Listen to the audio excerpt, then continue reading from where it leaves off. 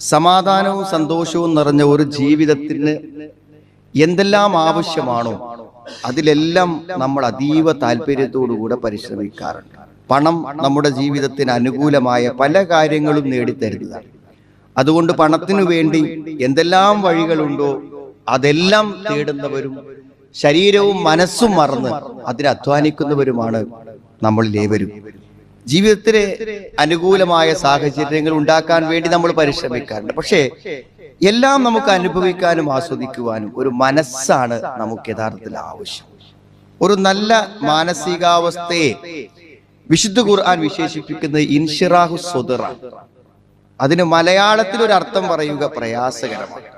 സത്യത്തിൽ സന്തോഷം നിറഞ്ഞ, സംതൃപ്തി നിറഞ്ഞ, വലിയ ധൈര്യം നമുക്ക് ലഭിക്കുന്ന, അതേപോലെ തന്നെ വെളിച്ചം നിറഞ്ഞ ഒരു മാനസികാവസ്ഥക്കാണ് ശരിക്കും ഇൻഷിറാഹു സ്വദർ എന്ന് പറയുന്നത്. ജീവിതത്തിന്റെ ഏത് സന്ദർഭങ്ങളിലും അത്തരം ഒരു മാനസികാവസ്ഥ കെടാതെ നിലനിർത്തിക്കൊണ്ടുപോകാൻ പരിശ്രമിച്ചാൽ നമ്മുടെ എല്ലാ രാപ്പകലുകളും ഏത് പ്രായത്തിലും ഏത് സമയത്തിലും രോഗമുണ്ടാകുമ്പോഴും രോഗമില്ലാത്തപ്പോഴും ജീവിതത്തിന്റെ ഏത് സാഹചര്യങ്ങളെയും നമുക്ക് സന്തോഷകരമായി മുന്നോട്ട് കൊണ്ടുപോകാൻ കഴിയുമെന്നതാണ് ആ ഒരു മാനസികാവസ്ഥയുടെ പ്രത്യേകത. നമുക്കെല്ലാവർക്കും അറിയാം, ജീവിതത്തിൽ ഏറ്റവും പ്രതിസന്ധി നിറഞ്ഞ ഒരു യാത്രക്ക് ഒരുങ്ങുമ്പോൾ മൂസാ നബി അലൈഹിസ്സലാം അള്ളാഹുവോട് ചോദിച്ചത് റബ്ബിശ്റഹ് ലീ സുദ്രി, എന്റെ മനസ്സിന് ഒരു ഇൻഷിറാഹ്, ഒരു വിശാലത, ഒരു സന്തോഷം, ഒരാത്മധൈര്യം അതൊക്കെ എനിക്ക് നൽകണേ എന്നാണ്. ഫിർഔനുമായി നേരിടാൻ പോകുമ്പോഴും ആ പ്രതികൂലാവസ്ഥ ഒരിക്കലും മനസ്സിനെ സ്വാധീനിക്കാതെ, മനസ്സിന്റെ സമനില തെറ്റിക്കാതെ, മനസ്സിനെ അധൈര്യപ്പെടുത്താതെ, അസ്വസ്ഥതപ്പെടുത്താതെ ആ മനസ്സ് നിലനിന്ന് കിട്ടുക എന്നുള്ളതാണ്. അങ്ങനെ നിലനിന്നാൽ എപ്പോഴും നമ്മൾ സന്തോഷവാന്മായിരിക്കും. ഒരു പക്ഷേ ഏറ്റവും ജീവിത പ്രയാസങ്ങളും വേദനകളും അനുഭവിക്കുന്ന ഒരു വ്യക്തിയെ നമ്മൾ ഏറ്റവും സന്തോഷവാനായി കാണുന്നു. എന്നാൽ പ്രത്യേകിച്ച് ഒരു പ്രശ്നമില്ലാത്ത, ആരോഗ്യപരമായോ സാമ്പത്തികമായോ ഒന്നും ഒരു പ്രശ്നമില്ലാത്ത ഒരാള് ഒരു മാരകമായ രോഗം ബാധിച്ച ഒരാളെക്കാളും അസ്വസ്ഥനായി കാണുന്നു. അപ്പൊ ഇതൊന്നും രോഗങ്ങളോ ഭൗതിക കാരണങ്ങളുമായോ ബന്ധപ്പെട്ടതല്ല, മനസ്സുമായി മാത്രം ബന്ധപ്പെട്ട ഒരു കാര്യമാണ്. നബി സല്ലല്ലാഹു അലൈഹി വസല്ലമക്ക് പ്രതികൂലമായ പ്രബോധന സാഹചര്യങ്ങളെ അതിജീവിക്കുവാൻ വേണ്ടി അള്ളാഹു പ്രവാചകന് നൽകിയ ഏറ്റവും വലിയ അനുഗ്രഹമായിട്ടാണ് എടുത്തു പറയുന്നത് അലം നശ്റഹ് ലക സദ്റക, നിനക്ക് നിന്റെ മനസ്സിനെ ഞാൻ വിശാലമാക്കി തന്നില്ലയോ എന്നാണ് അള്ളാഹു ചോദിക്കുന്ന ഒരു ചോദ്യം. അപ്പൊ സുഹൃത്തുക്കളെ, എന്തുകൊണ്ട് അങ്ങനത്തെ ഒരു മാനസികാവസ്ഥക്ക് വേണ്ടി നമുക്ക് പരിശ്രമിച്ചുകൂടാ? ഈ അടുത്ത ദിവസം പ്രഗത്ഭനായിട്ടുള്ള ഒരു പണ്ഡിതൻ 10 കാരണങ്ങൾ ഈ മനസ്സിനെ നിലനിർത്താൻ വേണ്ടി അദ്ദേഹം ഖുർആനും ഹദീസും ചേർത്തുകൊണ്ട് അദ്ദേഹം വിശദീകരിക്കുന്നുണ്ട്. 10 വിശാലമായ കാര്യങ്ങളാണെങ്കിലും പലതും നമ്മുടെ മനസ്സിൽ ഓർമ്മപ്പെടുത്തി പോവുക മാത്രം വേണ്ട കാര്യങ്ങളാണ്. ഒരുപക്ഷെ ഒരു പരിശ്രമം നമ്മൾ ഏവരും നടത്തിയാൽ ഇന്നത്തെ പകലിനേക്കാളും സന്തോഷകരമായ ഒരു പകലായി നാളത്തെ ദിവസം മാറിയേക്കാം. പ്രതികൂലവും അതേപോലെ തന്നെ നമുക്ക് വിഷമകരവുമായ എന്തൊക്കെ അവസ്ഥകൾ ഉണ്ടെങ്കിലും ഒരുപക്ഷെ നമുക്കത് സാധ്യമായി. ഒന്നാമത് അള്ളാഹുവിന് വേണ്ടി ജീവിക്കുക എന്നുള്ളത്. അള്ളാഹുവിന് വേണ്ടി ജീവിക്കുക, തൗഹീദുല്ലാഹി വ ഇഖ്ലാസുദ്ദീൻ ലഹു. എല്ലാം എപ്പോഴെങ്കിലും ഒരു നന്മ പ്രവർത്തിക്കണമെങ്കിൽ അത് പടച്ചോന്റെ കൂലിക്ക് വേണ്ടി മാത്രം ചെയ്യുക എന്നുള്ളതാണ്. മഹാനായ ഒരു പണ്ഡിതൻ പറഞ്ഞു, നീ നല്ല നിസ്കാരവും നോമ്പും നല്ല പ്രവർത്തനങ്ങളും ഒക്കെ ചെയ്യുമ്പോൾ ആൾക്കാർ പറയാണ്, നീ നല്ല പ്രവർത്തനങ്ങൾ ചെയ്യുന്നുണ്ടല്ലോ, നീ നല്ലൊരു മനുഷ്യനാണല്ലോ എന്ന് നിന്നോട് പറഞ്ഞാൽ പിന്നെ നീ അവർക്ക് വേണ്ടിയായിരിക്കും നീ പ്രവർത്തിക്കുന്നുണ്ടായിരിക്കാം. അപ്പോൾ നീ ആരാധിക്കുന്നത് അവരെയാണ്. അപ്പൊ നീ ആരാധിക്കുന്നതന്നെയല്ല. പള്ളിക്ക് ഇങ്ങനെ പോകുന്ന ഒരാൾ പറഞ്ഞു, ഇപ്പൊ എപ്പോഴും പള്ളിയിലൊക്കെ പോകണം, നല്ലൊരു ആളാണല്ലോ എന്ന് പറയുന്നതോടുകൂടെ അയാൾ മനസ്സ് മാറിയതാണ്. അയാൾ അതുവരെ പള്ളിക്ക് പോയത് അള്ളാഹിന്റെ പ്രതിഫലം കിട്ടാനും 27 കിട്ടാനും ഒക്കെയാണ്. പിന്നെ ആ ഒരു സംസാരം, ആ ഒരു അഭിപ്രായം എന്നിൽ നിന്ന് എടുത്തു പോകരുത്. എന്നെ പറ്റി എപ്പോഴും ആ വിചാരം കാത്തു സൂക്ഷിക്കാൻ. അപ്പോൾ നീ ആരാധിക്കുന്നത് ജനങ്ങളെയാണ്. അത്ര ഗൗരവമാണ്. ജീവിതത്തിൽ എല്ലാ ലക്ഷ്യങ്ങളും അള്ളാഹിന്റെ തൃപ്തിക്ക് വേണ്ടിയൊക്കെ. ഇനിയിപ്പോ ഒരാളെ നമ്മളെ കുറ്റപ്പെടുത്തി, ഇപ്പൊ നമ്മളെന്താ ചിന്തിക്കുക, ഞാൻ എന്തായാലും തെറ്റ് ചെയ്തിട്ടില്ല, ഞാൻ അള്ളാഹുവിന്റെ നിയമത്തിന് എതിര് ചെയ്തിട്ടില്ല, ഞാൻ എന്തിനാ ഇതിന് ടെൻഷൻ ആവുന്നു, അങ്ങനെ ചിന്തിക്കുള്ളൂ. ഇഖ്ലാസ്, എല്ലാം അള്ളാഹുവിൽ നിന്ന് പ്രതീക്ഷിക്കാം. എന്ത് ബുദ്ധിമുട്ട്, എന്ത് വിഷമം വന്നാലും അത് അള്ളാഹിന്റെ കാര്യത്തിൽ അങ്ങനെ തീരുമാനം ഉണ്ടാവും. കഴിഞ്ഞു. ഒരു തൗഹീദുള്ള ഒരാൾക്ക്, അള്ളാഹുവിന് വേണ്ടി ജീവിക്കുന്ന ഒരാൾക്ക് പിന്നെ അവന്റെ മനസ്സ് അസ്വസ്ഥമാകൂല. അതാണ് ഒന്നാമത്തെ കാരണം, ഏറ്റവും പ്രധാനപ്പെട്ട. വമാ ഖലഖ്തുൽ ജിന്ന വൽ ഇൻസ ഇല്ലാ ലിയഅ്ബുദൂൻ. അല്ലാഹ് അതിനാണ് നമ്മളെ സൃഷ്ടിച്ചിട്ടത്. അള്ളാഹുവിനെ മാത്രം ആരാധിക്കുക, അള്ളാഹുവിലേക്ക് മടങ്ങുക, അള്ളാഹുവിലേക്ക് മാത്രം ലക്ഷ്യമാകുക, അവന്റെ പ്രീതിക്ക് വേണ്ടി മാത്രം ജീവിക്കുക. അവന്റെ മനസ്സിന് ഇൻഷിറാഹ് ഉണ്ടാവുന്നതാണ്. രണ്ടാമത്തെ ഒരു കാര്യം എന്ന് പറഞ്ഞത് മനസ്സിനൊരു വെളിച്ചിട്ട് തരുന്ന അള്ളാഹു ഒരു വെളിച്ചം തരുന്നവൻ. ഒരു വെളിച്ചം കെട്ടാൽ എന്താ ഉണ്ടാവുക? ഇരുട്ടുണ്ടാവും. ആർക്കും സംശയം. വെളിച്ചം കെട്ടുപോയാൽ ഇരുട്ടല്ലേ ഉണ്ടാവുള്ളൂ. അപ്പൊ അള്ളാഹു മനസ്സിക്ക് എന്ത് ചെയ്യും? ഒരു വെളിച്ചം ഇട്ട് തരുന്ന. ഈമാനിന്റെ ഒരു വെളിച്ചം ഉണ്ടാവും. വെളിച്ചം എന്ന് പറഞ്ഞാൽ അത് നമ്മളിൽ ഉണ്ടാക്കുന്ന സ്വാധീനം ചെറുതല്ല എന്നുള്ളതാണ്. ഇബ്നു റജബ് റഹിമഹുല്ലാഹ് പറഞ്ഞു, ഫൽ ഖൽബുല്ലദി ദഖലഹു നൂറുൽ ഈമാൻ, വിശ്വാസത്തിന്റെ ഒരു വെളിച്ചം മനസ്സ് കടന്നാൽ വൻശറഹ ബിഹി വൻഫസഹ, മനസ്സങ്ങട് വിശാലമാകുന്നതാണ്, അങ്ങോട്ട് സന്തോഷമാകുന്നതാണ്. യസ്കുനു ലിൽ ഹഖ്, അതെപ്പോഴാണ് ആ വെളിച്ചമുണ്ടോന്ന് മനസ്സിലാകുക?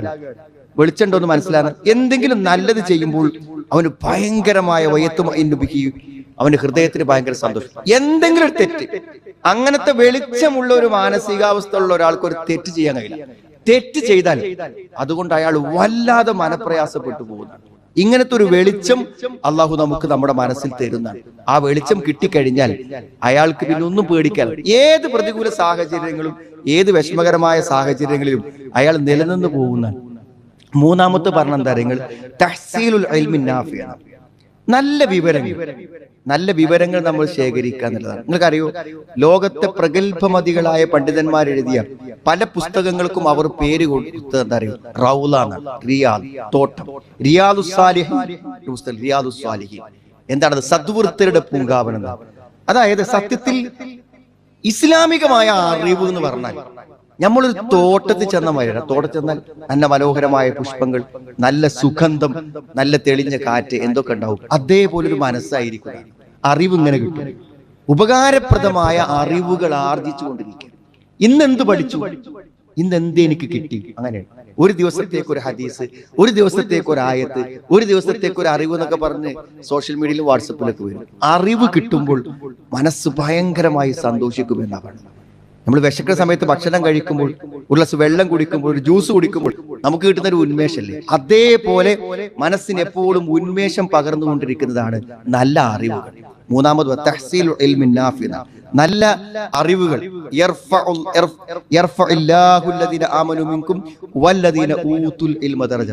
അറിവ് കിട്ടും തോറും പദവികൾ ഇങ്ങനെ ഉയരുന്നു. നമ്മുടെ മനസ്സിന്റെ അവസ്ഥകൾ ഇങ്ങനെ മാറിക്കൊണ്ടിരിക്കുന്നതാണ്. ഒരു ക്ലാസ്സും ഒരു പരിപാടിയും ഒന്നും കേൾക്കാതിരിക്കുമ്പോഴാണ് സത്യത്തിൽ നമുക്ക് ഈ പ്രയാസങ്ങളൊക്കെ, ഈ മനസ്സെപ്പോഴും ഒരു പ്രത്യേകമായ ഒരു മാനസികാവസ്ഥ സൃഷ്ടിക്കപ്പെടുന്നതാണ്. നാലാമത്തെ ഒന്നാം കാര്യങ്ങൾ ആരാധനകൾ വല്ലാതെ മനസ്സിനെ മാറ്റുമെന്നാണ് പറയുന്നത്. നിസ്കാരമൊക്കെ, പ്രത്യേകിച്ചും നിസ്കാരം എന്നൊക്കെ പറഞ്ഞാൽ ആ നിസ്കാരം എത്ര വലിയ ആസ്വാദനമാണ് നിസ്കാരം കൊണ്ട് കിട്ടുക. അപ്പൊ നമ്മൾ എന്ത് ചെയ്യുക? സുന്നത്ത് നിസ്കാരങ്ങള്, ഫർദ് നമസ്കാരങ്ങളൊക്കെ ഇങ്ങനെ വർദ്ധിക്കുമ്പോൾ നമ്മൾ മാനസികാവസ്ഥ മാറുന്നു പറയും. കാരണം മനസ്സിനെ അത്രമാത്രം സ്വാധീനിക്കുന്ന ഒന്നാണ് നിസ്കാരം എന്ന് പറഞ്ഞാൽ. അതുകൊണ്ടാണ് നബി സ്വല്ലല്ലാഹു അലൈഹി വസല്ലം ക്ഷീണിച്ചൊരു സന്ദർഭത്തിൽ പറഞ്ഞത്, ഖുബ് യാ ബിലാൽ, ഓ ബിലാൽ നീ എഴുന്നേൽക്കുക എന്നാണ്. എന്നിട്ട് എന്ത് ചെയ്യുക? ബാങ്ക് കൊടുക്കുക, നമുക്കൊന്ന് അല്പസമയം ആശ്വാസം കൊള്ളാം, സമാധാനം കൊള്ളാം എന്ന് പറയുവാനുള്ള കാരണമാകുന്നു. മറ്റൊരു കാര്യമായിട്ട് പണ്ഡിതന്മാർ പറഞ്ഞത് ദിക്റാണ്. സുഹൃത്തുക്കൾ, ഇന്ന് ആരെങ്കിലും ഒരു രാവിലെ ഒരു സുബ്ഹാനല്ലാഹ് എന്ന് ഒരു 100 വട്ടം ചൊല്ലും, ലാ ഇലാഹ ഇല്ലല്ലാഹ് വഹ്ദഹു ലാ ശരീക ലഹു, അതൊരു 10 പ്രാവശ്യം അതൊന്ന് ചൊല്ലി നോക്കൂ. ആ ചെല്ലണ ദിവസം ചൊല്ലാത്ത ദിവസം അത്രമേൽ വ്യത്യാസം. നമ്മൾ ഏറ്റവും അധികം പരിഗണിക്കുക നമ്മുടെ മനസ്സിനെയാണ്. നമ്മൾ മനസ്സിനെ പരിഗണിക്കണില്ല. ഈ മനസ്സ് കൊണ്ടുള്ള ഒരു ഗുണം എന്താ വെച്ചാൽ അതേത് സന്ദർഭങ്ങളിൽ നമ്മുടെ കൂടെ ഉണ്ടാവും. നിങ്ങളൊരു ദുഃഖകരമായ ഒരു വാർത്ത കേൾക്കുമ്പോൾ നമ്മുടെ മനസ്സിന് അതിലൊരു റോളുണ്ട്. നിങ്ങളൊരു രോഗിയാകുമ്പോൾ മനസ്സിന് അതിലൊരു റോളുണ്ട്. ഒരു സന്തോഷം ഉണ്ടാകുമ്പോൾ മനസ്സിന് അതിലൊരു പങ്കുണ്ട്. ആ പങ്കിനെ വിസ്മരിക്കരുത്. അതുകൊണ്ട് കെടാതെ കൊണ്ടു നടക്കേണ്ടത് ഈ ഇൻഷിറാഹു സുദ, ഈ മനസ്സാണ്. പലപ്പോഴും ഭൗതികമായ പല കാര്യങ്ങൾ ശ്രദ്ധ കേന്ദ്രീകരിക്കുമ്പോൾ നമ്മൾ അത് ശ്രദ്ധിക്കാതെ, ഈ ദിക്റിന്റെ ഓപ്പോസിറ്റ് എന്താ നിങ്ങൾ? ഗഫലത്താണ്, അശ്രദ്ധമായ ഒരു ജീവിതം എന്ന് പറഞ്ഞാൽ അതൊരു വല്ലാത്ത അവസ്ഥയാണ്. അവർക്ക് ജീവിതത്തിൽ ഒരു സമാധാനം ഉണ്ടാവും.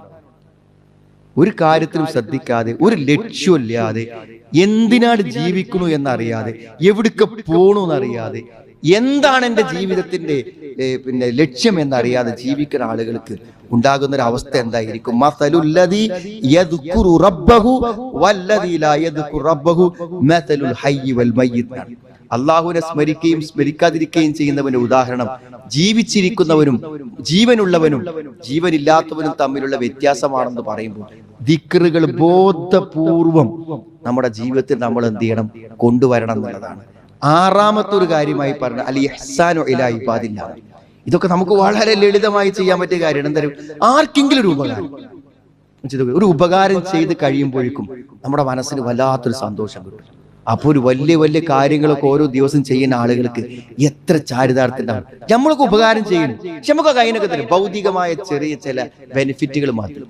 അത് നമുക്കുള്ള നഷ്ടം. അവിടെ നമുക്ക് അതിന്റെ ലാഭം കിട്ടുന്നില്ല. എന്തെങ്കിലും ചെറിയ ഒരു 10 രൂപ ലാഭമോ അല്ലെങ്കിൽ ഒരു പ്രശംസയുടെ നല്ല വാക്കോ കിട്ടിയാൽ ആശ്വാസമാണ് ആൾക്കാർ.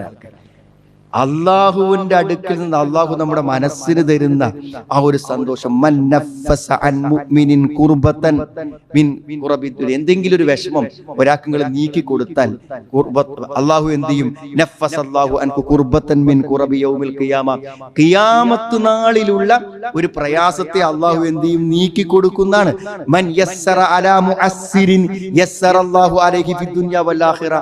എന്ത് ചെയ്യും? ഒരു പ്രയാസപ്പെടുന്ന ഒരു ആശ്വാസം നൽകിയാൽ ഇഹലോകത്തും പരലോകത്തും അവന് ആശ്വാസം. എന്തെങ്കിലും ഒരു ഉപകാരം ചെയ്യും.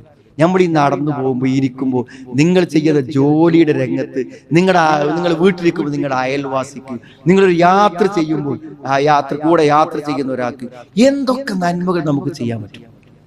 അത്രമാത്രം ബുദ്ധിമുട്ടുന്ന ആളുകൾ ആ ഓരോ നന്മകളും നമ്മുടെ മനസ്സിന്റെ സന്തോഷത്തെയും മനസ്സിന്റെ ശക്തിയെയും മനസ്സിന്റെ വിശാലതയെയും പരിപോഷിപ്പിച്ചുകൊണ്ടിരിക്കുമെന്നാണ്.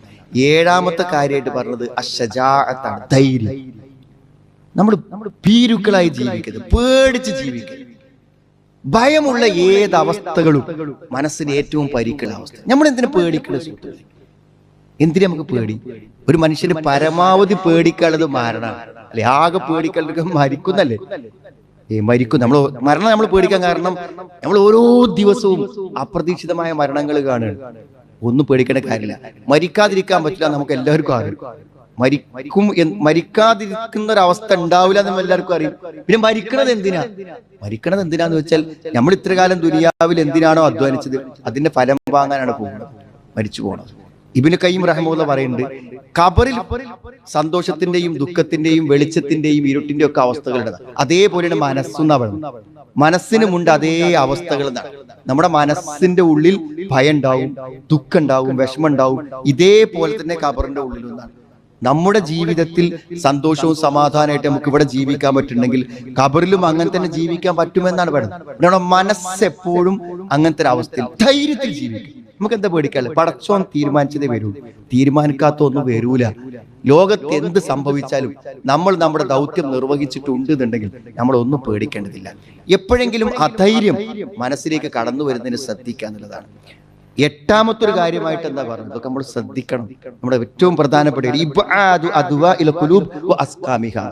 എന്താ അർത്ഥം? നിങ്ങൾ മനസ്സിന് വെച്ചിട്ട് രോഗങ്ങളുണ്ട്, അസൂയ, വെറുതെ അയൽവാസിനോട് ഇങ്ങനെ ഒരു പകയും വെച്ചിരിക്കുന്നതാണ്. എന്താ അവിടെ ലാഭം?